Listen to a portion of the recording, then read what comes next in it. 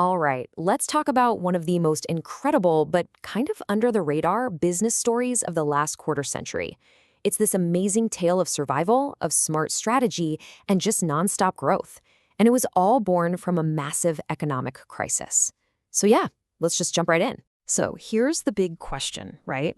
How on earth does a local auto parts maker in Indonesia somehow become this global giant? We're talking exporting to more than 80 countries. I mean, that jump from local to global, that's the incredible journey we're going to unpack today. The company at the heart of all this is PT Selamat Sempurna, or as you'll see it on the stock market, SMSM.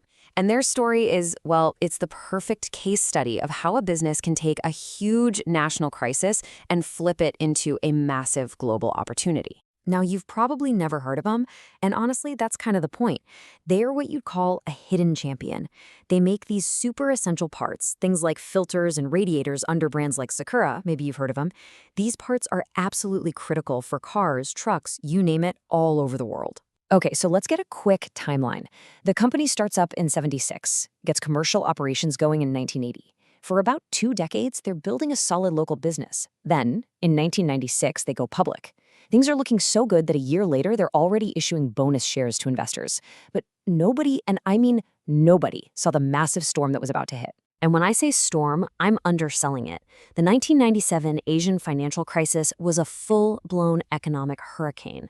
It just wiped out economies across the region, and Indonesia got hit especially hard.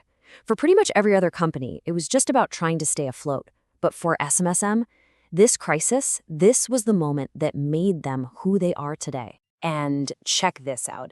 This quote is from their own annual report, but it's from 2001. That's years after the crisis started. You can just feel the tension, right? The economy's a mess, there's political instability, the future was a total question mark. This is the world they were living in. So here's the brilliant part. How did they turn all that chaos into an actual advantage? Well, think about it. Their costs, like paying their workers, were in the local currency, the Indonesian rupiah, which was crashing. But the money they made from their exports was in stable, strong US dollars. This difference, this currency arbitrage, basically became their secret weapon. It allowed them to not just survive, but to thrive while everyone else was sinking. Okay, so they made it through the fire, but they didn't just dust themselves off and go back to the old way of doing things. No way.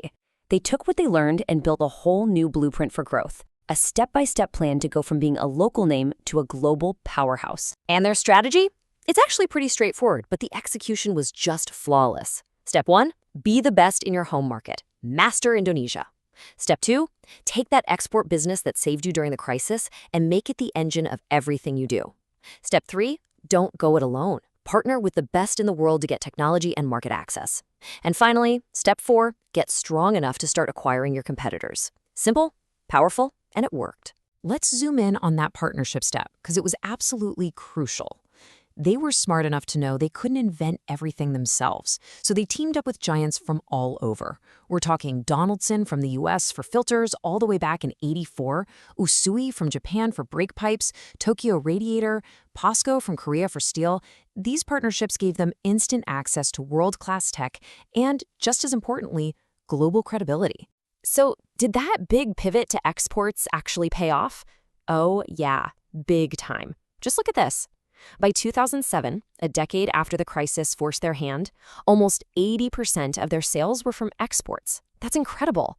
They completely re-engineered their business to serve the entire world. So you take all that, the smart strategy, the resilience to survive a crisis, that laser focus on going global, what does that actually get you?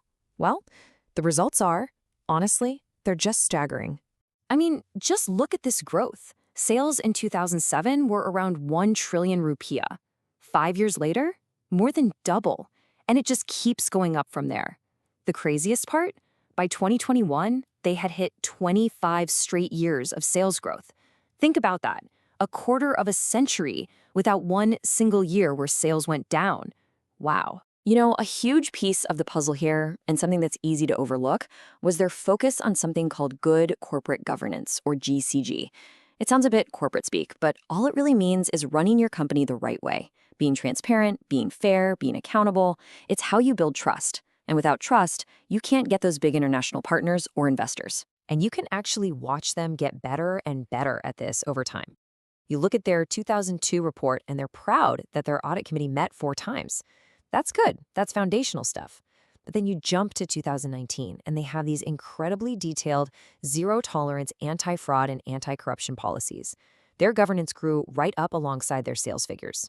And here's something that really matters: they shared the wealth. SMSM became known as a company that really took care of its shareholders. They literally have a policy to pay out at least 45% of their profits in dividends. They were constantly giving back with cash, with bonus shares, with stock splits. They made sure that if you bet on them, you were going to be rewarded for it. All right, but here's the thing. After a 25-year run like that, you can't just rest. The world doesn't stop changing. And today, SMSM is facing a whole new playbook of challenges. And this quote from a recent report really says it all. They know the game has changed. It's not just about good governance anymore. Now the conversation is all about ESG, environmental, social, and governance. To be a leader today, you have to prove you're making a positive impact, not just a profit. And believe me, the headwinds are real. You've got global economic slowdowns, messy supply chains, and more competition than ever. But the big one, the elephant in the room, is the massive, industry-shaking shift to electric vehicles. The entire car world is changing under their feet. So that's the big cliffhanger, isn't it? For 25 years, this company's incredible success was built on parts for the internal combustion engine, filters, radiators, things that electric cars just don't need in the same way. So the question is, can that same grit and strategic thinking that got them through the 1997 crisis get them through this next great disruption? Their next 25 years depend on the answer.